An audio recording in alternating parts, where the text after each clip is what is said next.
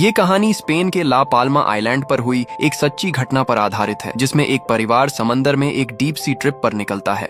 लेकिन उसी वक्त दुनिया में कुछ ऐसी खौफनाक घटना होती है जिसकी वजह से शांत समंदर भी पल भर में ज्वालामुखी की तरह उबलने लगता है और पूरी इंसानियत खतरे में आ जाती है। तो क्या ये परिवार और इंसानियत इस तबाही से बच पाएगी या सब कुछ इस तबाही में समा जाएगा? तो चलिए शुरू करते हैं। कहानी की शुरुआत में एक लड़की छुट्टियां मना रही होती है।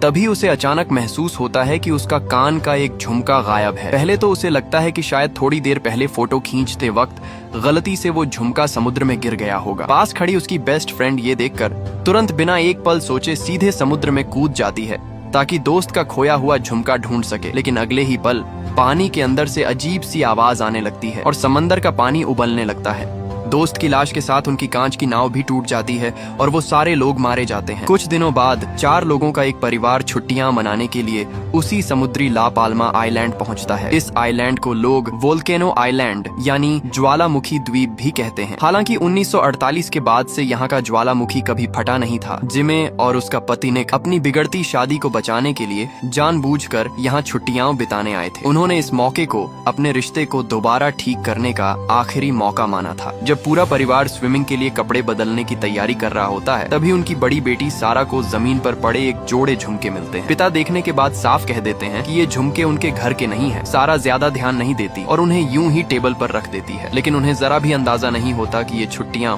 उनकी जिंदगी की सबसे खतरनाक यात्रा बनने वाली है, जहां उन्हें इतिहास की सबसे भयानक प्राकृतिक आपदा का सामना करना पड़ेगा।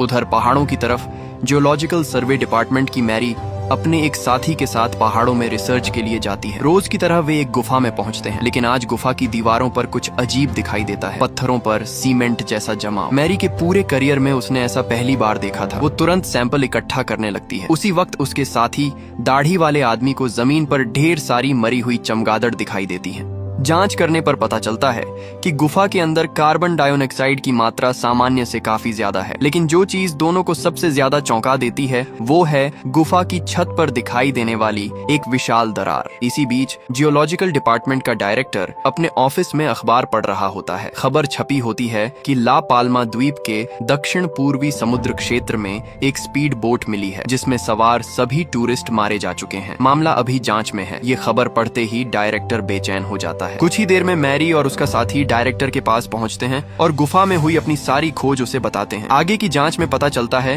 कि गुफा की हवा में बहुत ज्यादा मात्रा में कार्बन डाइऑक्साइड और एल्यूमिनियम ऑक्साइड मौजूद है। ऐसा मामला पहले कभी सामने नहीं आया था। साथ ही द्वीप पर बारिश का मौसम लंबा होता जा रहा है और बारिश की मात्रा भी लगातार बढ़ रही है। ज्यादा पानी बहने की वजह से चट्टानों के बीच का संतुलन बिगड़ रहा है और इसी कारण गुफा में ये खतरनाक दरारें बनी हैं। अगर हालात ऐसे ही रहे तो भूकंप या पहाड़ खिसकने की पूरी संभावना है। लेकिन डायरेक्टर उनकी बात से सहमत नहीं होता। वो कहता है कि पहाड़ों का थोड़ा बहुत हिलना सामान्य बात है। अभी तक किसी जहरीली गैस के साफ सबूत नहीं मिले हैं और अभी के हालात इतने पुख्ता नहीं हैं कि किसी बड़े खतरे की घोषणा की जाए। बिना वजह डांट खाकर दोनों काफी निराश हो जाते हैं। लेकिन दाढ़ी वाला आदमी अब भी अपने अंदाजे पर अड़ा रहता है। वो मैरी को मैप के पास ले जाता है और उसे याद दिलाता है कि 1948 में यहाँ एक बड़ा ज्वालामुखी हादसा हुआ था, जिससे कई किलोमीटर लंबी दरार बन गई थी। इतनी चौड़ी कि इंसान उसके अंदर चल सकता था। अगर दोबारा ऐसा विस्फोट हुआ तो पूरा पहाड़ का एक हिस्सा टूटकर सीधे समुद्र में गिर सकता है, यानी पूरे मैनहट्टन शहर के बराबर अगर समुद्र में गिरी तो एक भयानक सुनामी आना तय है। वो सवाल उठाता है कि डायरेक्टर जनता को पहले से अलर्ट क्यों नहीं कर रहा। लेकिन सच्चाई ये है कि कुछ साल पहले डायरेक्टर से एक बड़ी गलती हो चुकी थी। उसने एक बार पहाड़ खिसकने की चेतावनी दी थी, जिससे जबरदस्त अफरा तफरी मच गई थी, लेकिन कुछ हुआ नहीं। उस घटना की वजह से उसकी नौकरी जाते जाते बची थी। इसलिए अब जब तक सुनामी सच में सामने न आ जाए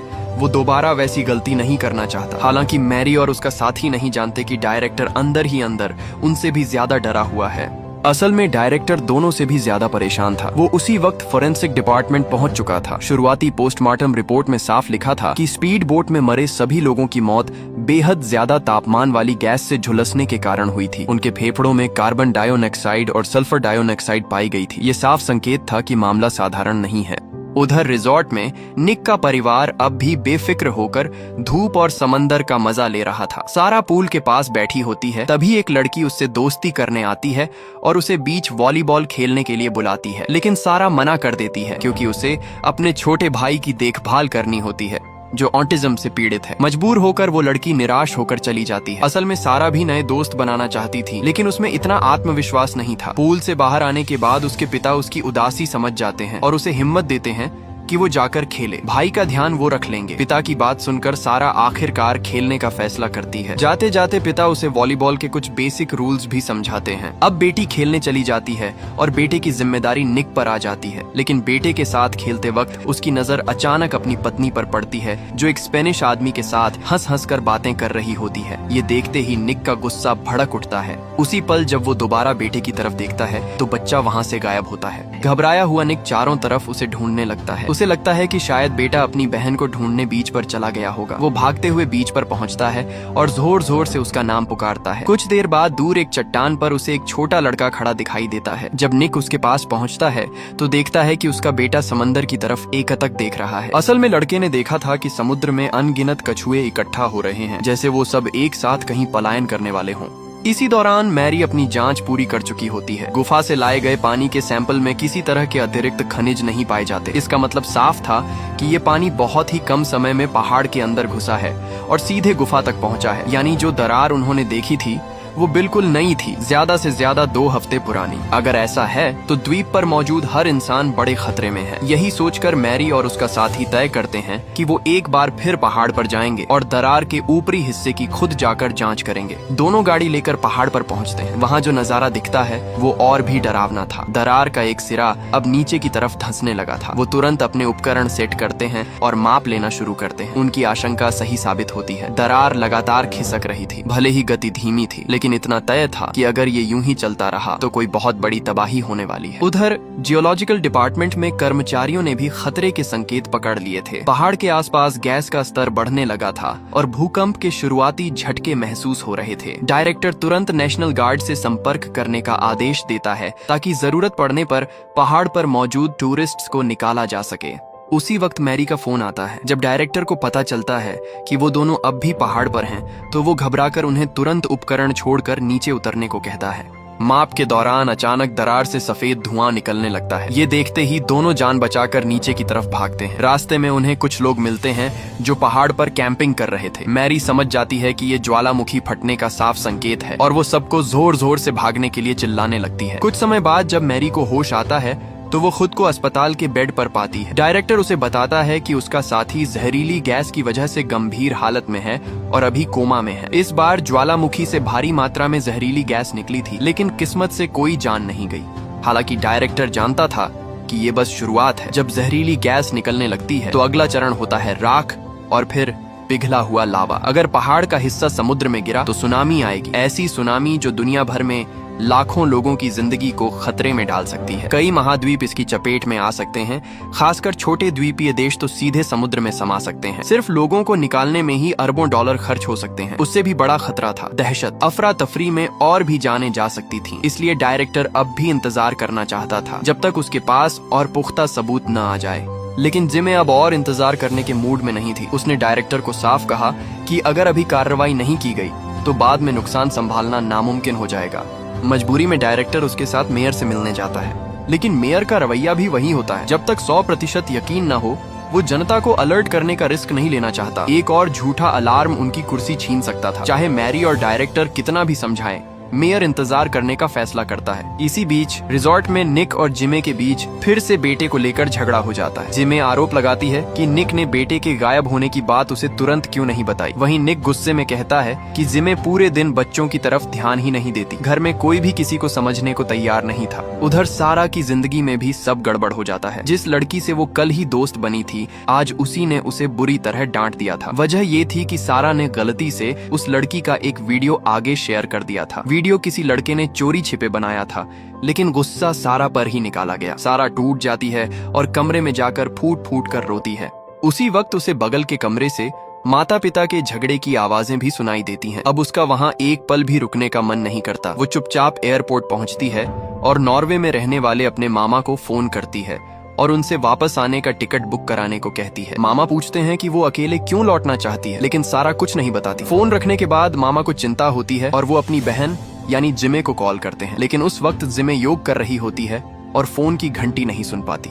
इसी बीच जियोलॉजिकल डिपार्टमेंट को और बुरी खबर मिलती है। द्वीप पर लगातार माइक्रो ट्रेमर्स आने लगते हैं और उनका केंद्र धीरे धीरे ऊपर की तरफ खिसक रहा होता है। इसका मतलब साफ था, ज्वालामुखी कभी भी फट सकता है।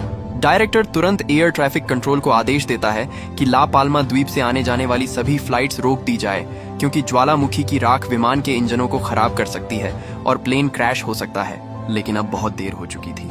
अचानक पहाड़ की चोटी से जोरदार धमाके की आवाज आती है और हर कोई सन्न रह जाता है। उसी वक्त सारा जिस फ्लाइट में बैठी होती है वो रनवे पर तेजी से दौड़ रही होती है। पायलट को एयर ट्रैफिक कंट्रोल से टेक ऑफ रोकने का आदेश मिल चुका होता है, लेकिन रनवे छोटा होने की वजह से प्लेन को मजबूरन उड़ान भरनी पड़ती है। इसी बीच जिमे को आखिरकार अपने भाई की मिस्ड कॉल दिखती है और वो तुरंत वापस फोन करती है। जब उसे पता चलता है कि सारा एयरपोर्ट चली गई है तो वो घबरा कर पति को ढूंढने भागती है। तभी चारों तरफ फैली ज्वालामुखी की राख के बीच अचानक एक जहाज की जोरदार आवाज सुनाई देती है। अगले ही पल एक भीषण धमाका होता है। जिमे डर के मारे दोनों हाथों से अपना मुंह ढक लेती है। उसकी बेटी उस प्लेन में थी या नहीं उसे कुछ पता नहीं होता। दोनों पति पत्नी जब एयरपोर्ट जाने के लिए गाड़ी निकालने ही वाले होते हैं तभी जिमे को भाई का मैसेज मिलता है। विदेश मंत्रालय में काम करने वाले उसके भाई को पहले ही प्लेन क्रैश की जानकारी मिल चुकी होती है। रेस्क्यू टीम्स काम पर लग चुकी होती हैं और सभी जीवित बचे लोगों को द्वीप के इकलौते अस्पताल में ले जाया जा रहा होता है। जब जिमे और निक अस्पताल पहुंचते हैं तो घंटों ढूंढने के बाद भी उन्हें सारा नहीं मिलती। स्टाफ उन्हें उस फ्लाइट की पैसेंजर लिस्ट दिखाता है जिनके नाम पर टिक लगा होता है। उन्हें अस्पताल लाया जा चुका होता है। बाकी लोग लापता होते हैं। सारा का नाम लिस्ट में होता है लेकिन उसके आगे कोई टिक नहीं होता। ये देखकर दोनों पूरी तरह टूट जाते हैं। थके हारे और टूटे मन से वो होटल लौट आते हैं। उन्हें समझ नहीं आता कि आगे क्या करें, लेकिन जैसे ही कमरे का दरवाजा खोलते हैं वो अवाक रह जाते हैं। सारा बिल्कुल सुरक्षित घर के अंदर बैठी होती है।